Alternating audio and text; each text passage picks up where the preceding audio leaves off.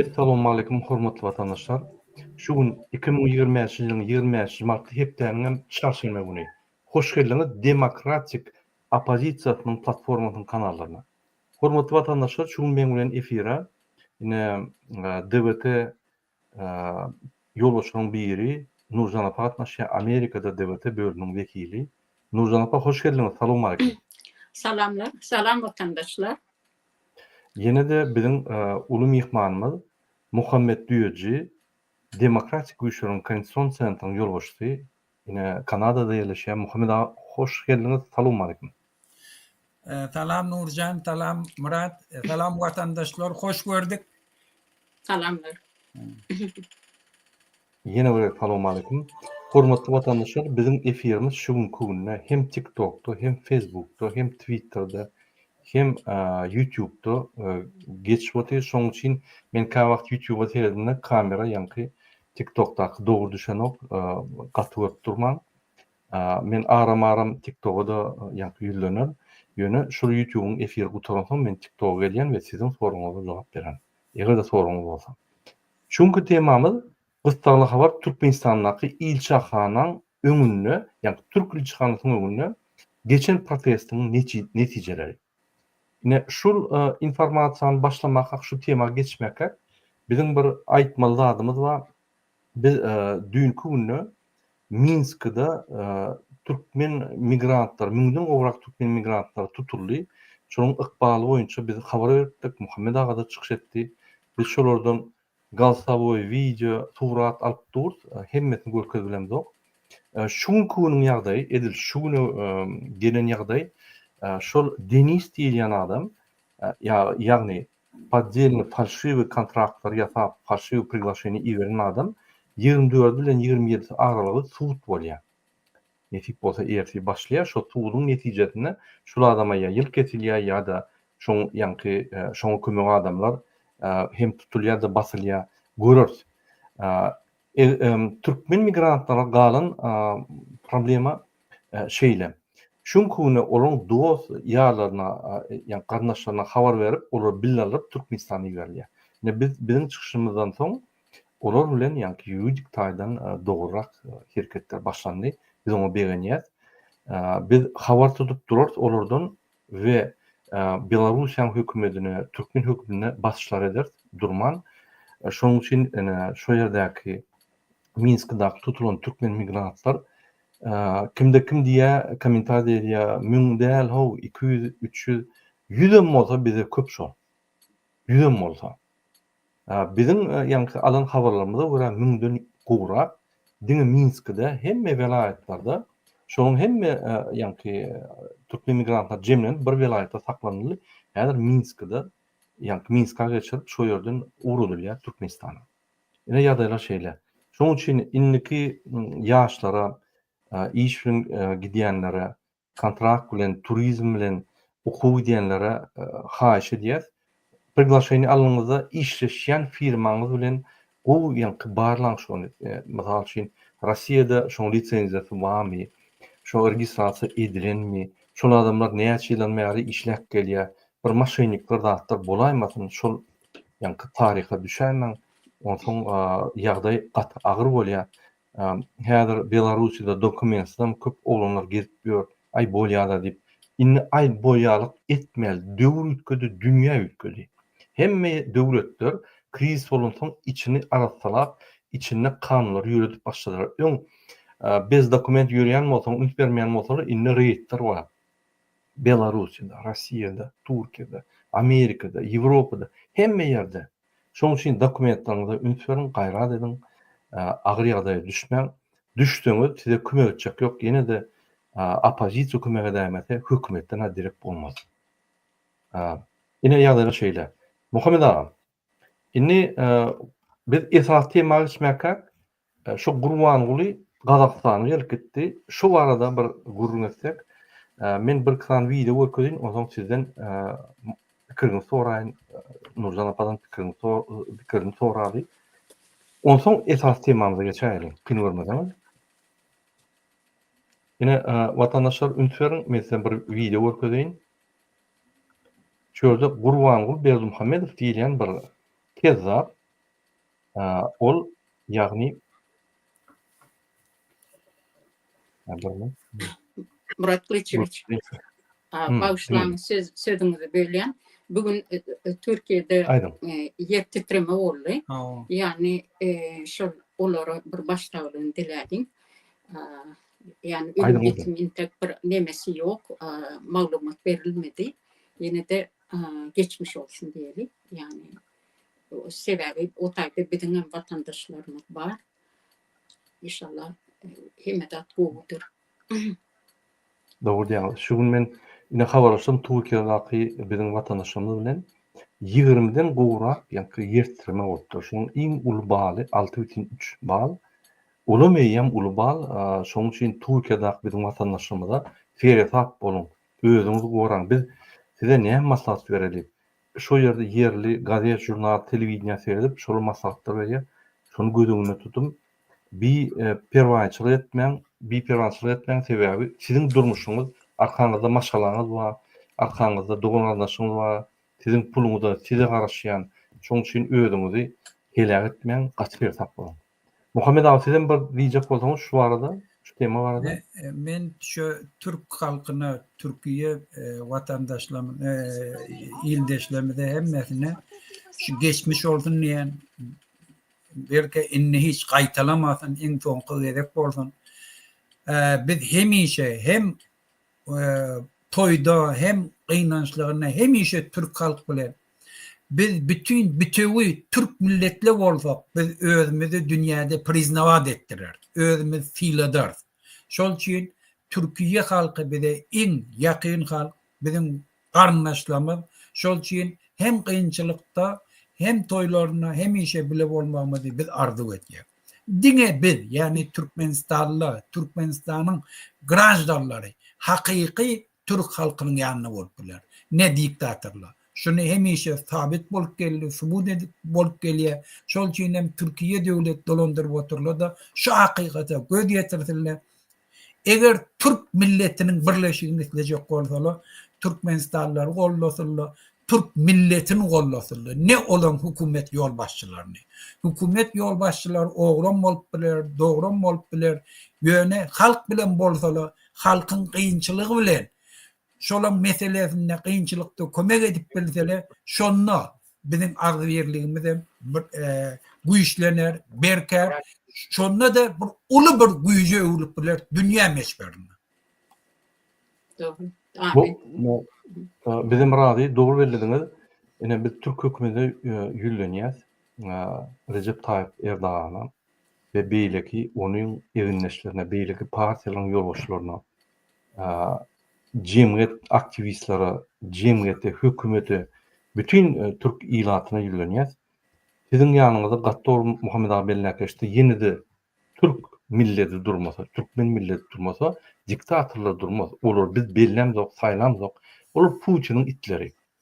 Olara dayansanız size ýöne Allah ederler, arkaňdan çogulurlar.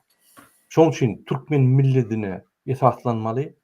Türkmen millet çüýrük tohum ýanky belli bir adamy Gurban Berdimuhammedow bilen Serdar Berdimuhammedow diýär.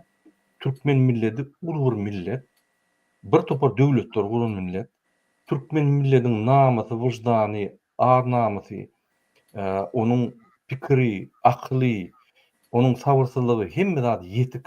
Şoň üçin siz Türkmen milleti serdiňizde dogry bir milleti serdin. Bir iki sana adama ataly ogla seretmen, bizim şolary garşy bizim şolary haramlady diýip hatap edýär. Biz efirimize dowam edelim. Muhammed abi ruhsat berseňiz, Nurjan apa. Yine Kazakistan'dan bir video var. Şunu insert etdim. Şu ofisial video şördü. Gurban Berdimuhammedow ve men bilemok näme çyp Kazakstanyň diýär.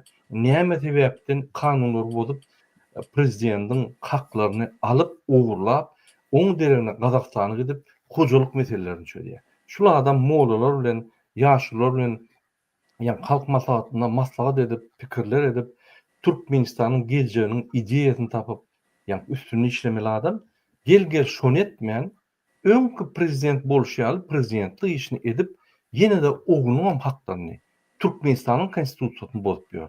Şular adam biz gaty şart ýagdaýda tutup etmeli. Şul bir kezzap, Ünitörp berdiň. Näme işläpýär? Beýleki döwletiň prezidentleri bilen duguşup näme işläpýär? Gelin şoňa seyredelim. Дорожник, мы его тоже будем производить на нашем заводе. У нас белый по-красному. У нас есть белый цвет. Без разговора. Особенно в этом, в Аркадане. И электромобили, и все будут тоже. Это рамный внедорожник, мы его тоже будем производить на нашем заводе. У нас без Ýagny şo ýerde bir ekspozisiýa bolýar, şo ýerde ýanky bir ekspozisiýada bir ýol boşy, bir zawodyň ýol boşy. Ine şuraya maşynalar öndürýär. Gerek bolsa biz size goýgular diýär, onu bulamaýdy.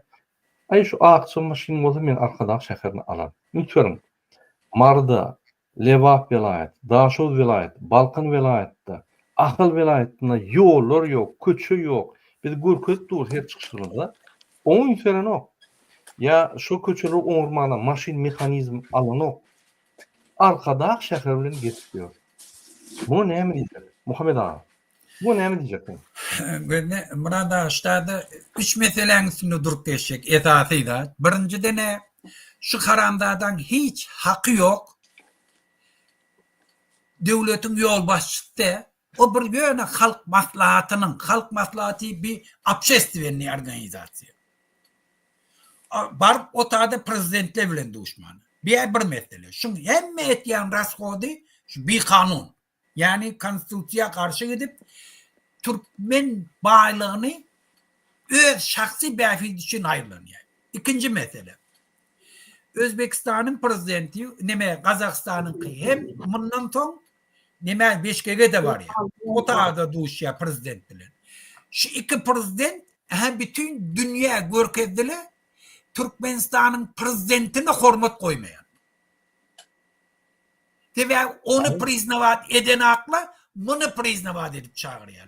Yani kiçelttiler, ayağın aşağını koyup defelediler. Serdar Berdimuhamed'in. Üçüncü de bula Berdimuhamed'e bir lapuk verdiler.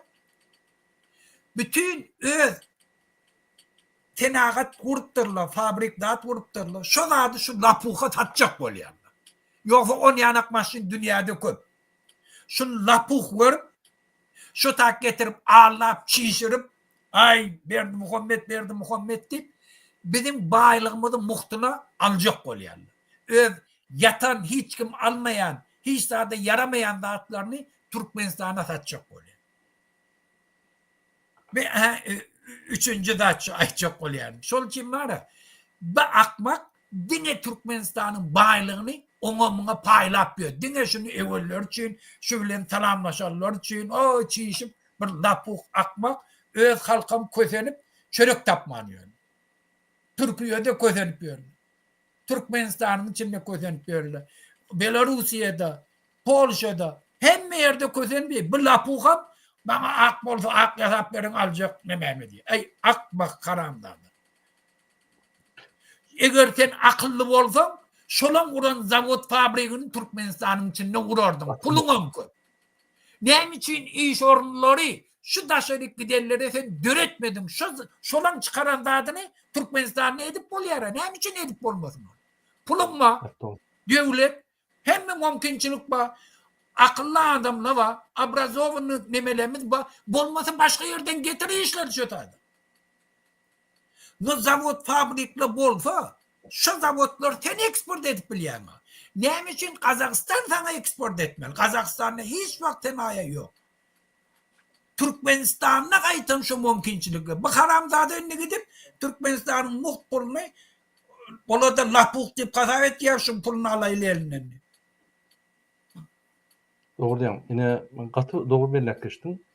Arkadaş şäherine 5,5 milyar etdi. Hakykiden bir 2 milyar galany ogurlandy. Ünitörüm 5,5 milyarda näil zawodda gut bolýar Türkmenistanyň içinde. Şu zawodlar bir ýylda şu 5,5 milyardy berirdi. Eksport edip zat edip berirdi. Minimum bizim vatandaşlarymyza daşyna közenip ýörenlere iş verirdi. İnjiner teknik kadrlar döredördi. Bir topor eksport pozisiýamyz köpelerde. İçinin bir topar maşin mexanizmlary özümizden bolardy. Şol arkadaş şäherine 5,5 milyar, häzirem 8,5 milyar goýmak, o diýmek näme? O diýmek Döwlet ölüp geçtin, halk gıynan ölüp geçtin, men etçegme diýen. Ne 4-nji mysal men size aýdyn. Ýalnys 3 mysal siz aýtdyňyz. 4-nji mysal. Üntüriň şuňa men size görkezýän 4-nji mysal. Diňlen gowy. Красиво, слушай. У нас есть белый цвет Без в разговора. ассортименте. Особенно в этом, в Аркадане. Terden Muhammed ağa. Bul bir halk maslahatynyň başlygy. Gelip biz satyn alyrys diýär. O kim onu diýär ýaly? O näýin hakkı var? Ol bir halk maslahatynyň ýolbaşçy, ol prezidente ýüzlenmeli. Men Gazakstana gittim, maşinler gördüm, bahasyny gürleşdim, peseltdim. Indi sen gidip ýanky şonu gürleşdi. Eger şol Türkmenistana ukyp ýanky gerek bolsa şoň ýanky şo maşinler mehanizmler Türkmenistan hak wajyp bolsa gelin şonu alalyň diýip maslahat bermeli, dogry dämi?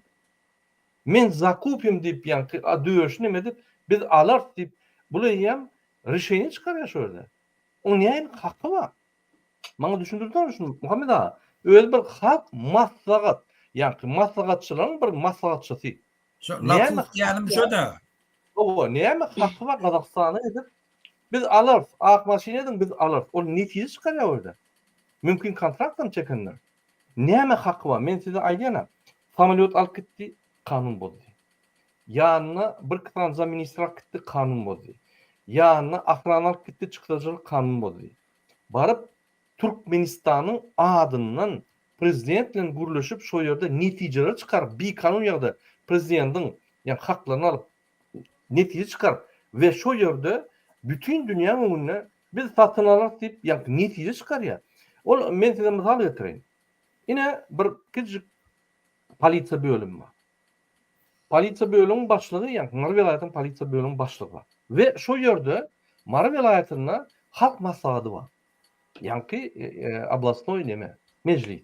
Mejlisiň başlygy baryp başga bir döwlete gidip ay biz şunyň alar gepleşikler geçýär, başga vilayatyň ýolbaşçy bilen gepleşikler geçirip ýanky MWD degişli ýa-da häkime degişli toralary şo ýerde öz üstüne alýar. Ýa häkime derek. Hakkı barmy? Elbetde ýok. O näme diýär? Kanun çykarjy, maslahatçy ýanky funksiyasy var. Şol funksiyany ulanmaly. Men size ýene bir 5-nji mysal getireyim. Şol kezzabyň Gazakstana gideni Serdardan ruhsat almak giden okşumy? Gitti ýöne şeýle. Men Gazakstana gidýän diýip. Serdar görgüli prezident däl. Men käwagt şoňa diýýän nefsim agyrýar. Robot ýaly otyýdy, robot ýaly gürlýär. Başga başarýan zat ýok. Şonun pustoy maklaşky diýär. Mun kakasy prezidentlikden giden o. Uçleniýa oğlunu getirdi. Gyýyny getirýär mejlis edip goýýar. Şo prezident bolup ýör. Ady çalışdy, ady etdi. On konstitusiýa barmy, hakym barmy? Men prezident däl, men halk maslahatynyň başlygy, men ýaşly bolmaly, men ýanky akyllanmaly, biýgepçilik etmeliler, ýaş gyýlary akydip zorlamalylar, durmuşa çykmadyk gyýlary. Men aýalymma oğul gelneje wa, men onu ýanky halkyň öňüne çykarmaly, men awray almaly, inni küşüşmeli ahir ýaşymda ölmäken bir awray gitmeli. Hani şu zatlar? Biz utonýaram demokratik opozisiýanyň wekilleri bolup halk maslahatynyň başlygyna ahlak daýdan mysalar getirip öwretmäni biz utonýan. Mene utonýan Muhammed ağa. Näme diýip bolýan bu kezaba? Näme düşündirdim? Şoň gulagynyň kelletine beýnine ýetýär. Ýa beýni ýokmy? Triýekden başlap ýanky çekip beýni hem oturdum kaşyň. Nurjal apa, siz näme pikir edýäň? Menin pikirimçe bütün dünyada import export edilýär. Hem ýerde. Ýöne Muhammed Beyjing bellep geçişýäri inni köp wagtdan beri bizim öz ülkemizde şu maşinleri yani edip bilerdik. Zavod fabriklary gurup başka yerlerden hiçbir Alman akıllı insanları getirip iş yerlerinde üçün edip öz maşinimden bulup bilerdi. Ýöne eksport edilýär, import edilýär, bolum poşlyny svay edilýär, berilýär. Bütün dünýäde on ýaly gatnaşyklar bar. Ýöne dogdan öz gosdarstwamyzda etmeli. Vakti Yok, pulu geldi. yok bolya, pulumuz yok diýsek bolya. Pulunma. Üntüyorum, pulunma. Prezidentimma, milli liderimma, kabinet ministrimma, ýa-ni adamlarymma, gurgulu adamlarymma iş tapma daşary gidýärler. Ýa-ni человеческий ресурсамma, ýa-ni iş resursamma. Biz migrant bolup başga döwletlerde işläp öz maşgalamyzy ekleýär. Bu haramzada bolsa bizim pulumuzy arkada akşa kurup, şo pulu zavod, fabrik kurup, şol iş migrant bolup daşyny başga bir döwlete galdyryp ýören adamlar getirip, öz döwletini galdyryp, öz ýa-ni nimemiz et bolýar-da. Hemme adam şu bir mesele çözecek bolsaň hemme elementler bar. Diňe beyin ýok. Başga zat bar hemme zat. Men düşünemoksuň. Murad ağa, men şu atlan bir tohur kitaplar okuyanna, neme Tayvan i Galandiya. Şu at şulan ikisine bir zavodda yerleşipdi. Galandiyadaki 400 milyon dolar diye. Şu at şon çıkaryan çiplerini bir neme elektronda şu neme var intelektüel nemeler için Doğru. hayırlanan zatlı var. Dünyanın hiç yerine çıkarıp bilen atmış. Hiç yerine. Ve de 400 milyon dolar diye şon zavod. Kim şun demekti dünyanın geleceği şonkı diye. Şu at ul dava şon üstünde. Tayvan'dan şu chipsler çıkarayan zavodlar Amerika getirip oturuyor.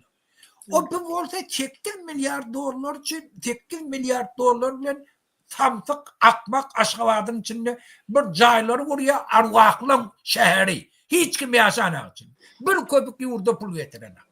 Şol için bu haramdan bizim halkımızın düşmanı. Bundan biz çalıp dinmeli. Yoksa şu pullar bilen, şu tarp eden pulları bilen Türkmenistan'ı Dubai'den hem geçirip oluyor. Bereket değerini geçirip oluyor. Bizim halkımız ol Arapla 30 yıl 40 yıl bunları önce hiç il abrazavanesi yok. O şekert giyip görürler oğlu. İnna adam oldular. Şu tenagat gelen için, prizvostva gelen için, doğru tiyatır alıp barollar için nimetli şolam hiç kayıtının foğudam yok, abrazavaniyetim yok. 10 klas soğutları yok Araplan, bereket ederine. Doğru. Türkmenli abrazovunlu de, Sovet sistemasını oku büyüşünlü. Şolam hemmesini uniştecad etti şu karamlardan. Şu pulları kayıtam abrazavaniyanı güçlendirip, teknolojiyanı getirip, Türkmenistan'ı hem center, nauka yurt oluyordu. Hem teknolojiyanı getirip, prizvostlarını edip, eksport edip biliyordu. Dünyada ulu rol oynatbiliyordu. Şu haramdadılar hem merattan beni kaldırdılar. Direğine milyonlarca Türkmenistan'la kul olup yöndaşıyor. Muhammed ağa, bizim 1 milyon 400, 1 milyon 500'e gola işçi gücümüz var. Adam resursdan. Şolara zavodlar olmak, fabrikler olmak, şol için. Kıyın mesele değil. Köp pulun İşte ama 5 milyardan yeterli. Biz ünitverin din arkada şehirine soğun pulu. Men başka datlara görmedim. Aeroportun ne diye? 5,5 milyar, olam 8,5 milyar. Yine size bağışlan 14 milyar. Pul 14 milyarda şu zavod şeyle bir zavod olup bolýar Türkmenistan'da. Bizim daşary yurtda işläp 1000 dolar, 800 dolar alýan aýlyklarymyz içinden bolýar. Bir topur ýa-ni Garvarddan o ýerden bu ýerden molimler getirip okudup bolýar türkmenler. Bilimlerini aldyryp inženýeri ýasap Türkmenistan zryf et bolýar. Ýöne kime gerek o? O halka gerek. Bunu ýa kezabı gerek, o ýerden pul oglap bolýar. Bu haramdadılar, Murad ağa, bu haramdadılar şu pırtlajeniye bilen gelýärler de o zavodu vurjak diýip. Getirip geldi de ýas pulunu ogurlayanlar 5-6 ýyldan soňra dargaýa. Indi şu wagt ýany men okudum, ýangy Azatlyk radiýasynda bar. Pomidor çykarýar, pomidordy eksport etýär ki, ol telewizorda özü baryp görkezip ýa-da pomidor. Apasny virus bar diýip bizde beripdirler. Azerbaycan'dan. O Azatlyk radiýasy. Şu pomidor saklap bilen akly bu haramdadylar. Bilýär mi näme üçin şunun hemmesi? Tebebi Türkmen döwletini dolandyrýan struktura hemmesi viziyatka esasında. Olara pul versek hiç saadet eden aklı.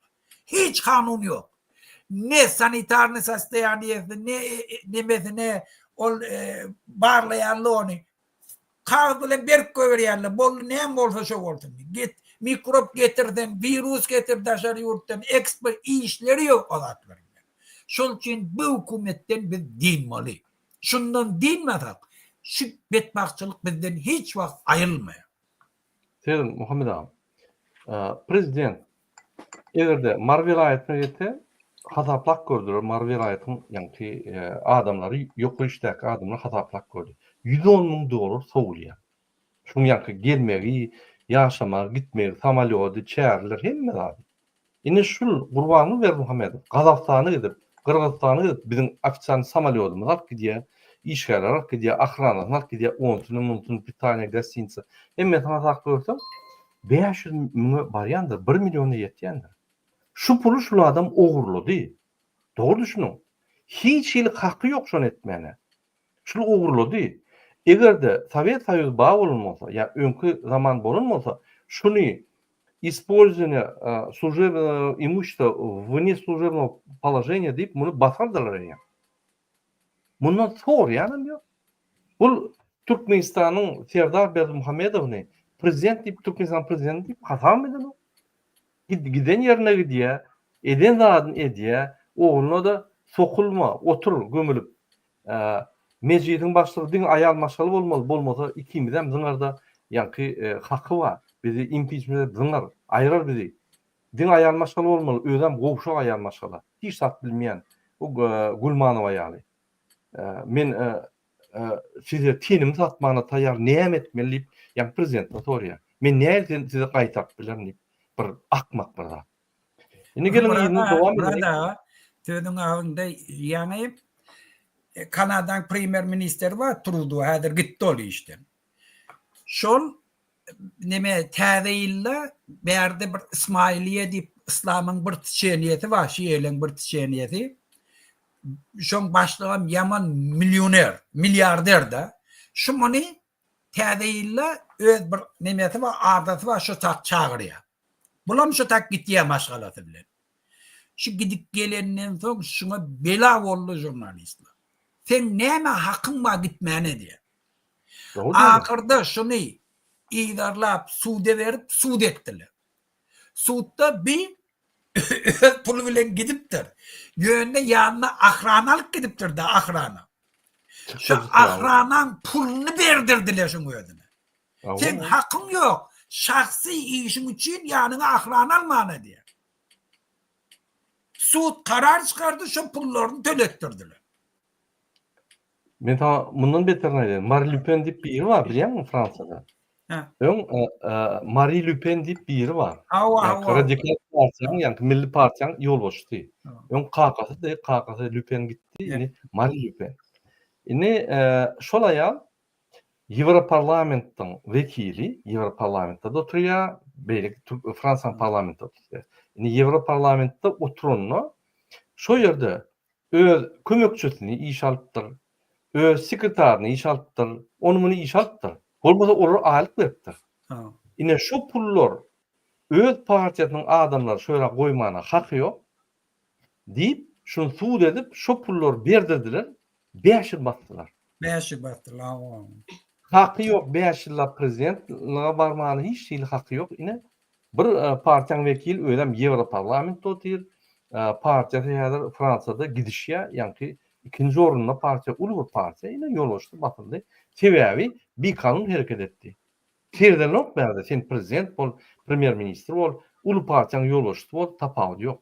Bizde KKS oğlunam hata eden ok, konstitusiýanam hata eden ok, gen prokuraturanam hata eden ok, MHM gulluğunam hata eden ok, hiç kim hata eden ok. Hemmetne bu habar ýokmy? Ýani hemmetne ýok bolýar-da. Habar ýokmy bu prezidentlikden gidenli? Biz ýatda da Muhammed ağa. Şunu prezident değil, milli lider, o maslahatçı, maslahat geçirýär, ýani ýaşular bilen oturup namaz okuýar, ýaşul mollalar bilen oturýar, ýani çay içýär, ýaşylar alıp gidip balkanyna obyektler açıp, ýani hökümeti zaложник alıp terdar gidenini eýtmeliler bu adam. Bu kim? Men düşünemok şu kim şunu? Kezaplyn haýdy meçhur näka adam şunu. Ýani sag çep limitler bolan o. Gelin Oğlum, video seyredelim. sizin şu vakitte deyip bellep geçen adınız ol demokratik devletlerde geçerli. Diktatorski rejim yerlerde geçerli değil. Onun için her kim edenetliliği ediyorlar. Doğru. Yine gelin video seyredelim. Ya şunu da И kapatayım. электромобили все будут, то Это ранний внедорожник, мы его тоже будем производить. Seyredin ne ну, diye? это, варка, Ben ak maşinler alır mı ya? Elektromobil motor ona mı alır mı? Это ранний внедорожник, мы его тоже будем производить на нашем. Yine şuraya alan adam şu kimdir belli yok. Neye medyani belli yok. Devlet yol boşun rolünü oynapıyor. Şun adından günü yankı kontraktlar ne diye hükümetin tarafından eyyem netice çıkartıyor. Onu ne halk maslahatına maslahatlaşıp prezidente teklif hükmüne vermeyen günü. Men düşünemem şu kim? Yine yeni bir video var. Бердымухамедов посетили Туркестан Визит Центр. Высоким гостям представили информацию о проектах по развитию и благоустройству древнего городища Культубе, где завершены археологические раскопки на 27 гектарах. Особое внимание уделено процессу Muhammed Ağa, seyredin şu yerde yine men kurvalıyını vurkudayım. Üntferim yüzüne. Şu yerde montaj edilmedik. Bana yankı bizim vatandaşlarımız yürüyütü şu suratını verdiler. Men size vurkudayım. Şu yerde montaj edilmedik. Eğer de siz Türkmen televizyonu seyredseniz hem surat videolar montaj edilen. Yankı abrabot edilen. Ne şu yerde abrabot edilmedik. Seyredin. Takayev şakalat yazacak. Halk tarafından sayılanlığı, halka hizmet ediyor. Zaten kelle sağlanıp işlerdi. Yani parlamenti işliyor, öğüdü işliyor. Hem konstitusyon yani demokratik institutlar işliyor. Yani kurbanlı hem zat öğüdü, hem zat yani oğluna derek, öğüdüne derek, kıyına derek. Hem kişi oğru. Ne ünitverip seyredin. Ben hazır başka bir videolar okuyayım. Hazır. Var mı? Hazır. Bir minut. Şundan bir seyredin. Şu mu? Hazır. Şunu neme deyin? Bir minut.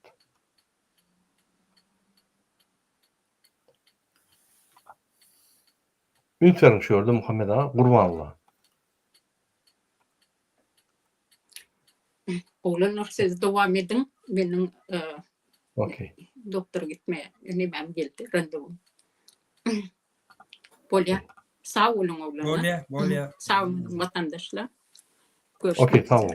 Hı. Yani bir minut. 27 гектарах. Особое внимание Yani bir minut. Şu suratları okuyayım da. Katı vacip suratlar var. Benim şonu gördüm. Yaman neci sıfatı var ekene. Ünitver Muhammed Ağa.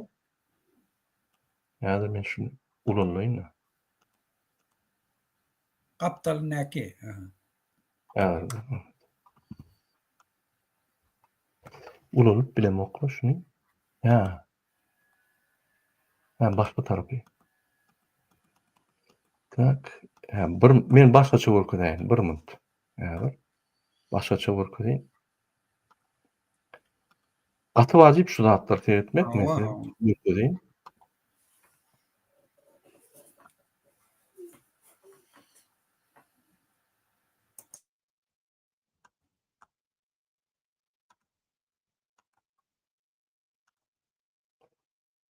Yani hop. Voilà.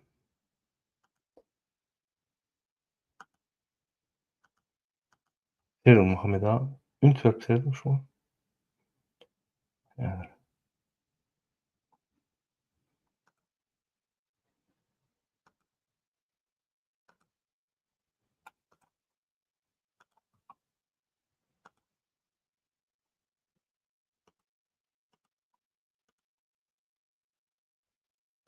Seyredin şu an Muhammed Ağa. Yine yüzüne seyredin şunu. Yine kurbanlığın yüzü. Seyredin. Tak. Hazır men. Şul nimesi yani filtrsiz. Ünitverin. Ulunlayın şu yüzüne bir seyredin. Yine filtrsiz. Ünitverin. Siz filtrli görýäňiz. Ine Gazakstanda filtrsiz. Ünsörün. Ine Gurban Berdimuhammedow. Yüzü göz çiş. Häzir men başga surat görkezýän. Ine şu suraty serdim Muhammed ağa. Ine şu Gurban Berdimuhammedow. Türkmenistanyň telewiziýasyna şakalat ýazjak ýöne hakykatdan eýle däl.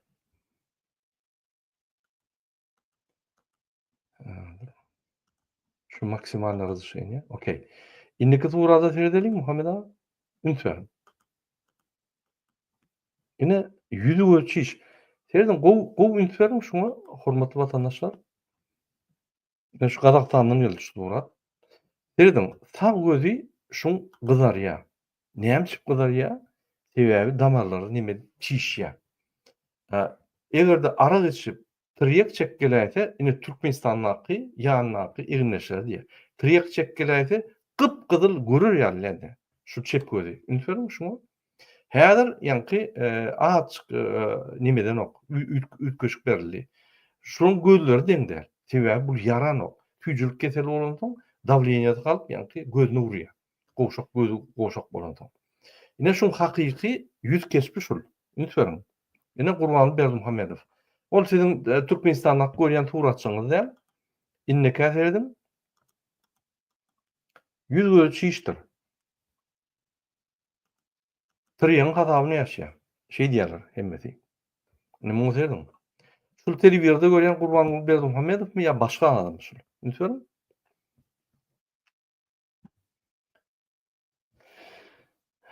Inne surat serdirin. Ine.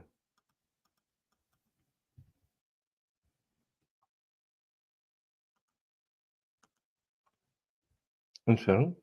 Yüz ölçüşdir.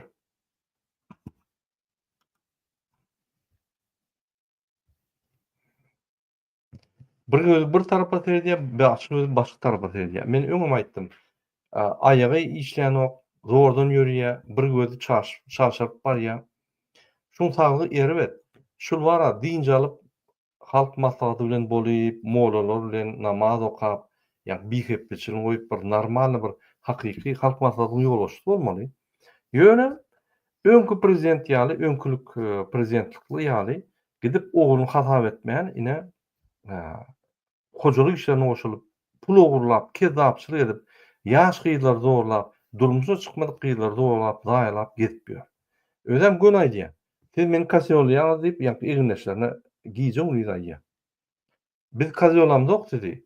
Gurban Berdimuhammedow. Siz sahnaň öňünde siz çepe ursaňyz biz görýär, sagy ursaňyz biz görýär dedi. Muňa näme diýjek Muhammed ağa? Ine Gurban Berdimuhammedow. Sesiniz gelen ok. Sesiniz gelen ok Muhammed ağa. Sesiniz gelen ok. Men aýtýan şundan diýmeli. Indi watandaşlarymyz Aşgabatda başladylar. Gahar gadaply hereket etmäni. Türkiýe pasolstwasynyň öňünden başladylar, indi dwaresyň öňüne barýar. İnşallah. Hawa. Ine häzir men size ýene bir video görkezýän. Şu surada gördüňiz. Ine. Pardon. Häzir.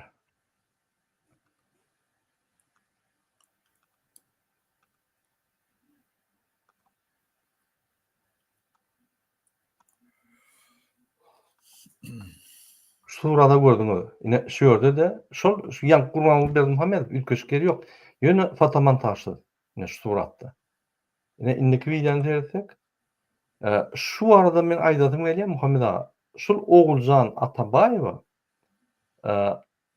Al Arabiya kanalynyň delegasiýasy bilen duşup ýör. Indi maňa düşündirsen, maňa indi düşündirsene sen bir hatabat ýanky bir wagtda fonuň ýolbaşçy, orunmasary. Bu beýleki döwletiň teleradio kompaniýasynyň duşmak maýyzy näme men düşünemem. Egerde ýa Haýr hatabat fonuň ýanky vekili bolsa, onda beýleki döwletiň bir şol ýa fondlar bilen duşmaly, ýa beýleki fondlardan kömek soramaly, ýa Türkmen halkyna Gidip oğullar biz görkezdik daha diýär. Şöyle barıp adamlar kömek etmeli. Bir şoň uğruna gitmeli. Şulam kanunlar bolup ber. Şulam näme diýenni özü bilen ok nira terdiýär genel prokuratura nira terdiýär. Serdar Berdimuhammed. Şunu bir komentar versene Muhammed ağa. Näme işläp ber bul? Häzir Balkana varjak diýip hemme vraçlary çıkartıp täze balliseler önüne avadalanşları işleri geçýär diye. Endi o bilen näme iş var endi? Endi Berdimuhammed'in özü bir ýaga gitse hukumet bütün işgärleri şoňydyna. Oğlu gitti şeyle endi kıydym köpelli. Bir iyidi utanmaya vatandaş. Şol için men bilen bu zatlarına baha vermek niyetim yok. Bir halk sesini çıkarmada bir öz ikinen prezident etip koyuyor. Şol için o bizim halkıma bağlı bu zatlar. Eğer şu Aşgabat'taki dünkü edişleri yanakette var ya giyce yatılmaya ertiğde kaçık gitti. Şol için şu hareketleri öğrenmeli bizim halkıma. Kahar kadaklı öz vatanını korumanı, öz hakkını talep etmeni, konstitusiýany goramany, kanunçylygy goramany öwrenmeli. Şonu öwrendik günem bula hiç onda. Hani Edil Zilli ondan göre eline ayıldı. Buladır boş meydançada eline pistolet alıp emekşin kovulapıyor. İslendik vakti gul vuruyor, islendik vakti top çeviyor. Şol için bulan öwünne karşılık yoktu şu. Yani onu ettirtmerdin. Näme şondan niýetde Türkmenistan döwleti ýok. Türkmenistanyň prezidenti hem ýok. Türkmenistan milli lideri hem ýok. Milli lider diýip milli liderçilik eden ok, prezident bolup ýör. Prezident diýip prezident bolan ok.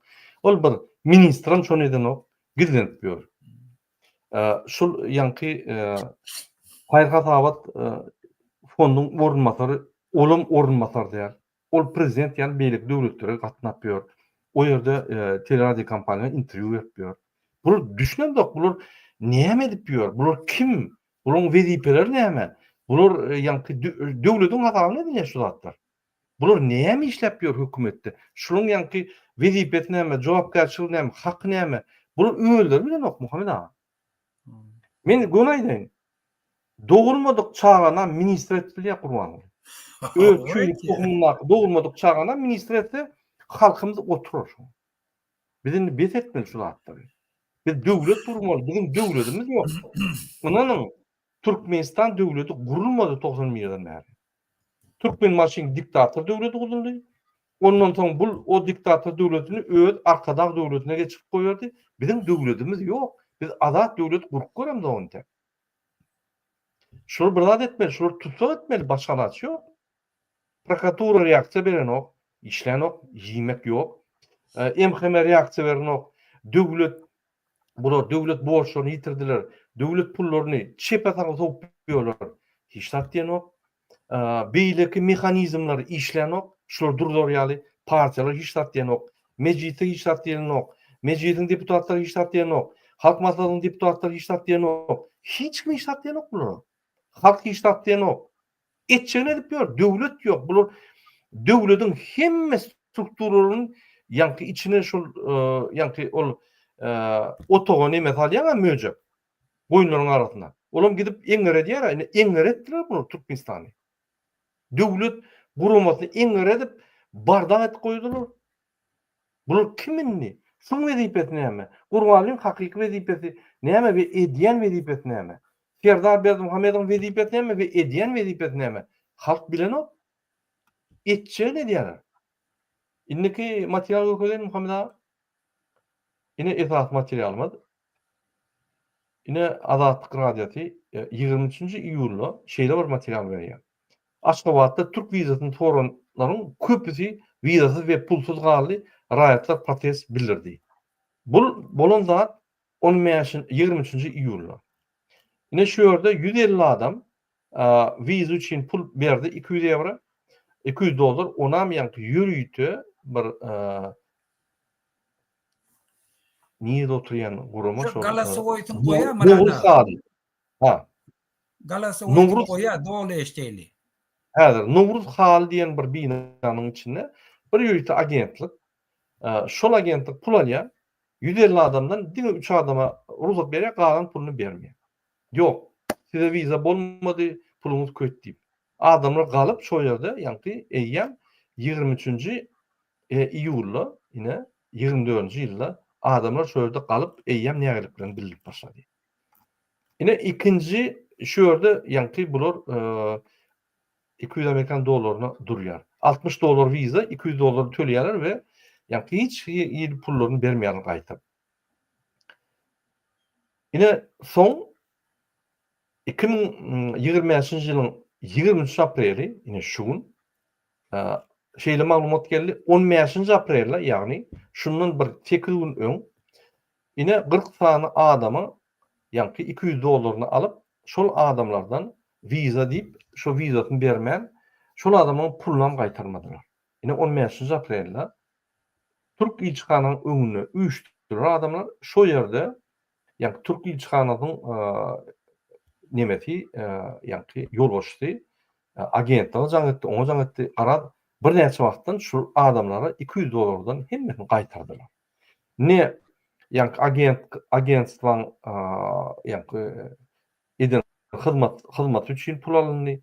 Ne pasolstvo $60 tugapşaldy, onam gaýtardy.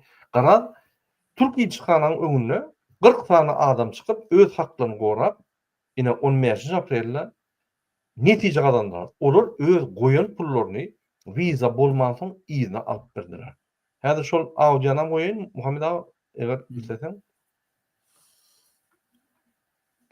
Bir minut.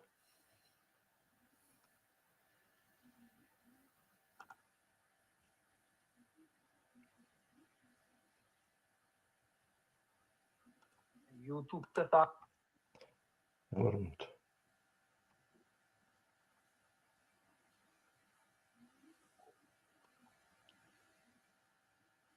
Türkiýe gitmek üçin viza almagy finansiýan türkmen raýatlarynyň onlarçaty ýaňy ýakynda ret edilen vizalar üçin eden tölegini ýygyna almagy başarypdyr. Adatyň Aşgabatdaky habarçylary geçen hepde ýüze çykan bu ýagdaýyň käbir jekmejekliklerini anyklap bildiler. Aşgabatyň viza merkezinde Türk vizasyna arda tapşyran raýatlaryň 40 semeti vizalarynyň ret edileninden soň Türkiýanyň ilçihanatynyň öňünde protest bildirdiler. Bu oňy netije berdi we raýatlar viza üçin tölen $200 pulunu ýygyna almagy başardylar. Diýip ýagdaýdan habarlaşgabatly ýaşaýjy gurrun berdi. Ýagdaýdan günden güne habarly birnäçe çeşmäniň adatlygy aýtmagyna görä bu ýagdaý 15-nji aprelde bolupdyr. Nowruz haly binasynda ýerleşen Türk vizasyny taýýarlayan agentlige ýüz tutan adamlar vizalarynyň ret edilendigini bilip tölen tölegini ýygyna sorapdyr. Hem olaryň şikaýetleri dinlenmän soň olar Türkiýanyň ilçihanatyna barypdyr. Olar uly nägilelik bilen baryp ýakalaşma taýýar bolupdyr. Adamlar ilçihanany daşlamaga da taýýar bolupdyr. Netijede ilçihananyň işgärleri Nowruz halydaky viza agentliginden adamlaryň pullaryny gaýdyp alyp berdiler. Diýip çeşmeleriň ýene biri gurrun berdi. Habarçylarymız viza almak üçin tapşyrylan arzalary ret edilen soň pulunu alyp bilmedik adamlaryň tas günde agentligiň we ilçihananyň öňünde jemlenýänligini belliýärler. Adamlar viza üçin tapşyrýan $200 töleginiň ýekeje köpüni hem ýygyna alyp bilmeýärler. Şol sebäpli tak her gün ilçihananyň öňüne adamlar nägelik bildirýärler. Diýip habarçymyz aýdýar. Türkmen paýtagtyndaky çeşmeler soňky hepdelerde vizalaryň tas 60% çemetiniň ret edilýänligini işerede, odal vizalaryň ret edilen halatynda $200 tölegden $80 ýygyna gaýtardan bolsa, bu düzgünüň mart aýynyň 2-nji ýarymyndan bäri berjaý edilmeýänligini aýtdylar. Azatlyk radiosynyň bu ýagdaýlar barada Türkiýanyň Aşgabatdaky ilçihanatynyň özünden we viza merkezinden resmi tetbir almak finansygy oňy netije bermedi. Türkiýe barmak üçin viza almagy finansiýan türkmen raýatlarynyň arzalarynyň ret edilmegi bilen bagly ýagdaýlar öňüm bolupdy. Töleg pullarynyň ýygyna berilmedik halatlary barada habarçylar ençimegedek maglumat berdi. Azatlyk bilen gürleşen Türkmenistanlar Türkiýe köplençi işlemek, okumak we taglygyny bejerip Muhammed aga, indi biz komentary berer şuň. Serdim, häzir türkmen gражданлары tüwelimi Rossiýada haklaryny gorýar, Belarusyda haklaryny gorýar, Türkmenistanyň içinde haklaryny gorýar. Türkiýede de gorajak bolýar. Diýmek türkmen jemgyýeti, döräp türkmen jemgyýeti aktiv bolup başlady. Siz näme baha berýär? Ine eýýäm Türkmenistanyň içinde protest. Biz o protesti biz çağırmadyk. Öz-özünden stihi inne boldy. Ýa-ni adamlar üýşüp, birek-birine güleşip, ýa-ni öz haklaryny gordular. Bular bir güne üýşenok. Bular birinji oturup arasynda güleşdiler. Ondan gitdiler. Ýa-ni maslahat aldylar juristden. Jurist bular hat ýazyň diýdi ofisialna. Hat ýazyp gördüler şu agentstva, ýa viza berýän. Olam jogap bermedi. Baň ýok boluň diýdi. Ondan eline daş alıp, hemme alıp, hemme taýýar. Gün ilçhanaň ýanyna barıp, ýa pulumuzy bererdiňiz ýa ananyň äpişkelerini dögüp, ýa siziň aýdyrsyňyz barň aýlasyny dögüň diýse, ine daş alyp bardylar. Bu näme diýjek? Mıranda men şol için hemme şu aktivistler var ya öňe çıkarlar. Şu açelin komment yazarlar, aktif çıkış ederler, yüzünü açıp çıkış ederler, galası oynam ederler, proteste katnaşarlar, marşa katnaşarlar. Men şolan hemmesini kahraman nibatlarlar. Bilýän bu näme üçin? Sebebi şu hareketin başlamagy eýýem halkın içinde bir anam döretýär, hakyň goramanlygyny, gorkusyny döwýärler. Bir de näme üçin talap etmeýändir, näme üçin hereket etmeýändir? Kanun esasynda hereket etdik, diňe ýeke där ekena, başgala da bar ekena. Bu problemi diňe men problemam där ekena. Bütün halkyň problemi diýip eýýem biziň halkymyz düşündiler. Şol üçin biziň iýdi derli, giýje günni çıkış ederler, mitinge katnaşarlar, halk bilen düşünşük bolarlar. Şunun hemmesi kahraman olurlar. İnni berekenin öňüne hiçim geçilmeýär. Bizim düşmanlarymız Berdi Muhammed'in haramzadalary her hilli ýolla bilen bizim hareketimiziň öňüne geçjek boldy. Ay müň derew ýok, müň peýdasy ýok, eýle ýok, ýöreň Türkmenistan'a gideylin, ay yarak alaylin, her yolla bilen halkın hareketinin öňüne böwet boljak boldy. Şu neçeliğine bizim öňe çıkan aktivistlerimiz qaralajak boldy. Bir bilen düşman etjek boldy. Göne halk şu kıynantak bir tovar dawan aramda salyp boldy. Bir tovar aktivistler sesini çıkartmany öýde oturdunam bolsalar, ýöne halk geregini anlady enni. Her bir Türkmenistanly eýýän bir aktivist. Biri prezidente ultimatum berýär. Ýene biri hat ýazýar. Inni arkaýyn çıkış edip başladylar. Inni biziň halkymyz billi, gahar gadaply hereket etdi. Hökümet öňünde jogapkar bolup bilýär. Sebebi bu hökümete sen gahar gadaply bolmasaň bir hiç zade etkermeye. Bir kanimın ecidin kanimi. Şol için bir bilen göreşek oldan. Birinciden kanuna dayanmalı. İkinciden kahar gadabın görkezmeli. Birleşmeli. Beylekle de hakkın talep etýän adamdan iýdinne durmaly. Biz şonu daşary ýurtda şu funksiyany yerine ýetirip gelýär şu mesele. Şu dogry siýasat. Biz daşary ýurtda hemmemiz Türkmenistan'ın içindeki islenlik öz hakkını talep edip öňe çykýan adamlary gollamany öwren nemetmeli, däw etmeli özmedi. Şonda Berdi Muhammed hiç wagt öz güýjüne dayanıp halkın garşyna hareket edip bilmeýär. Hökümetin içindekiler var. Bular da şu zatları görüp Berdi Muhammed'i gollamaýarlar. Ola da nälaje değiller. Ne elace değil, hükümetin içinde işler, öz vicdanının, dininin, namusunun, kanunun karşısına gidip çöreğini görecek olup görürler de, ola da oylanışıp başlıyor. Men ıkbalım şu karamdağda bağlamayın.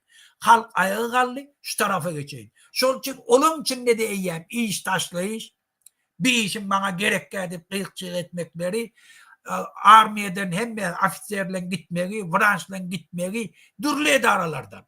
İş taşlak gitmekle eyyem tamamını köfelip başladı günlerde. Şula bizim hareketlerimizin, bizim aktivistler, kahraman aktivistlerimizin eden hareketlerinin neticesi.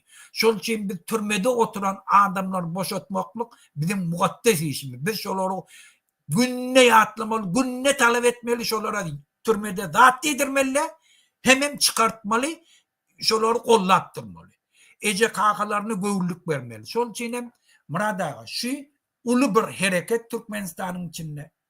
hem mekşede primer qahar gadaplı öz hakkın talep ettin hükümetle şoňa önüne jogapkär bolmaly. Şonam benim kahraman adamlarımız görkezdiler, inni de halk edip öz netijelerini alıp başladılar. Bir yere kösenip vermenler daşar yurtlardı. Şu yurdun baylığı bizinki. Biz eğer şunu dinsek ertikun hemmemiz öz öyümüzde, öz maşgalamızın içinde. Hemmemizden bay yaşayak. Şu yurdun içinde hemmemizde iş var. Hemmemizde yer var, hemmemizde cay var. Şu yurt bizim çağılamız için okutmağa mekteplerimiz var. Hemmezat bizim elimizde, bizim kösenmeye gerek hacet yok daşar yurtlarda. Kaytan beyleki yurtlar, adamlar bizim yurdun içinde işlemeye biz şert töredip bilyak ve baylığımız köp. Şol için vatandaşlar şuna düşünün. Biz bir kahar kadala minip de şunu ayrı bildik, yurt bizim elimizde. Dadımı büyük götür ütköye. Şol için şunu yani hareketle Berdi Muhammed yatıbil verinni. Şunu yani hareketle inni istenlik yerde Türkmenistan'ın içinde bolup biliyor. Sebebi biz halkın içinde kellesinde şu fikri dörettik. Kanuna dayanıp öz hakkın korap bilmeli. Koruma hakkın var. Siz yekede bütün dünyada siz bilen, daşarı yurtta Türkmenistan'da da siz bilen, aktiviste de giyce unnaydı işleyen siz kollamak için. Doğru diýär. Muhammed ağa, men yine buraya halkymyza ýatlatjak bolýanlar, eri vatandaşlar, eri ýerleşler. MHM, polis, ya yine bir kanun bolýan bolsa, derrü video, suraty, galstawy zapis edinde, derrü TikTok goýun. Biz TikTok'tan özümüz alar. Şu ýere hükman suratda yerleştirin, soňçular kanun bozmaly. Ya halkyň ýanyna barıp bir kanun zat diýmän gorkarlar. Sizin elinizdeki instrument sotuwy telefon. Telefonuňyz, çağlaryňyzyň, ejeliňiziň, uýalaryňyzyň, atalaryňyzyň telefonlary elinizdeki instrument. Özem iň moşny, iň güýçli instrument näme? Şol videolar çykyp başlasa gurbanyň ölýä ýürüne tutup. Sevdarym gaçyk diýär. Başgalası ýok. Şoň üçin elinizde uly bir instrument bar. Şonu videosyny, звука zapisini, hemme zadyny şu gören ýerinizde bir ýeri MHM polis birdat diýen bolsa, gün videolarynda YouTube'a ýa TikTok'a goýun. Boldy. Iwerin opozisiýa, istenen adama iwerin TikTok'a, YouTube'a goýun diýip. Şol adamlar işden aýrylar, şol adamlar basışlar ediler, şol adamlar bütün dünyada belli bolarlar. Sebebi bir kançylyk nirde bolýar? Gara döwletde, gara ýerlerde bolýar. Türkmenistan üstüne projektor goýsak, hemme zat düzelýär. Bu ataly ol gaçky diýer derrüp. Başgalası ýok. Ya bular diňe bir kanunçylyk bilen ýaşap ýörler. Ýalňyza düşündirdim ben, ofitsialny bir kanunçylyk edýänler o. Bular o ofitsialny däl edýän zatlaryna aýtjagam däl, pul oglap ýörler. Ýöne ofitsialny bir kanunçylyk edýänler. Bütün dünýä görkezdi. Ýene bir zat aýtjak bolýan Muhammed ağa, ine bir ministr Türkmenistanyň adyny aýdyp durmaýyn. On gyýyzy aýlandyr. Biz bir näçe ýerden aýtdyk, ine ýaş gyýylar 15, 14, 16, 17 ýaşlaryna gyýylar daýran ýa ýa-ni jins gatnaşyklara girmeli bolýarlar, pul üçin, sotuwy telefon üçin ýa zorlanýar ýene bir zatlar. Şonu prokuratura barlap başlapdyr mektepleri, institutlary we bir topor ýokary wezipeli adamyň çağlaryna daýrandyr. Bir ministr öýüne gelip aglýar. Men korrupsiýa etdim. Men öýe pul getirdim. Men risk aldym. Men hemmeden aldym. Men çağajymy daýlapdyrlar. Men şeýle bir sistema gulluk etdim. Şu atal ogul kezzaplar gulluk etdim. Wyjdanymdan geçip öýe çağlarym daýlandy diýip. Gaýdyp şuraya goşulman bolsam çağlarym mümkin daýlanmazdy. Ya men şu ýa hökümet golumyk bolsam çağlarym daýlanmazdy diýip ýa-ni puşman edýär. Ya başga bir prokuror, prokuraturada işleyen bir ul wezipeli adam. On aktygy daýlandyr. Gülýal aktygyny gowurýaka, ýa 14-15 ýaşly aktygyny, ýa bağlanyň işte olum daýar. Olum oturup pikirde niýe barýar diýär. Çağlarymyz bolýar. Ol Mary vilayet, Balkan, Çäju, ol vilayetleriň adamlary daýlan diýsen bolýar. Bular üçin degen nokta. Öz çağlar Aşgabatda oturan çağlar daýlan. Oğlum narkoman, çağrary zaya. Millet yıkılıp barýar, millet gurap barýar, millet ýok bolup barýar. Ine şonu inni düşünüp başladylar. Inni şolar bir netije gelýär, gurbanyl gerek gel. Balam bolsa gerek gel. Sebäbi çağlarını da aýlanýar. Türkmenistan bolmaýany boldy. Şurra aýrmasak bolmaýar diýip şolar netije geldiler. Men geňim boljaka ýeti agdaşyk bolsa, ýani Türkmenistan Murada, yani, geňim boljaka. Murada, men şunu bir primer aýdaýyn. Muammar Gaddafi wa sizin bir Fransuz jurnalist dokumentalny neme ýazapdyr, hem kitap ýazypdyr. Şonna Muammar Gaddafi Afrika döwletleriniň bir prezidentiniň şu kitapda bar. Bir prezidentiniň aýalyny zorlaýar. Bilýärmi näme üçin? Özüne boyun etjek bolup, pesini çykarmar ýany. Diktatör diýäniň şo. Bu haramzadalar ýörüýte hökümet ýolbaşçylarynyň aýallaryny daýlaýarlar, toň olary geplemer ýanyna geçjek bolup. Çağalaryny zorlaýarlar. Niýazow sistematik etýän zady nämedi? Öz konkurentleriniň çağalaryny ýörüýte narkoman etýär. Sarjaýew ogul narkoman boldy. Köpsiniňki narkoman et. Ýörüýte. Sebäbi olardan islamist tapýa, ondan näme diýse ýernetýär. Putin hem şeýtýär.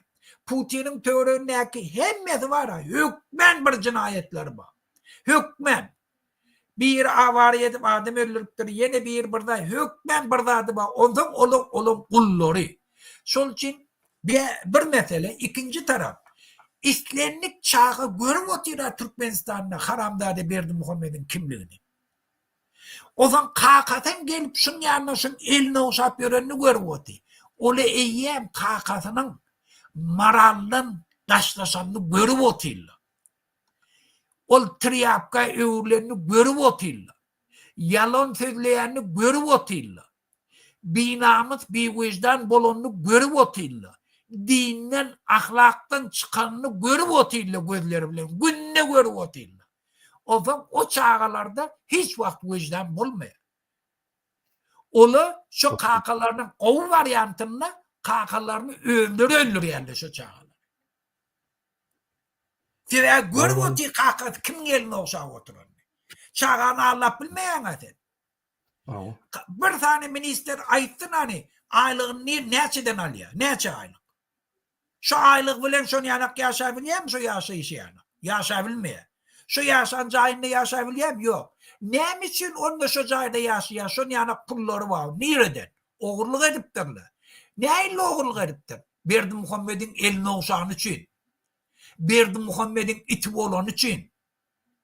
Bir namus, bir vicdan bolon için, bir kanunçuluk eden için, öz vicdanının karşısına giden için, öz grajdanlarının kazanan pulunu elinden alan için pulu var.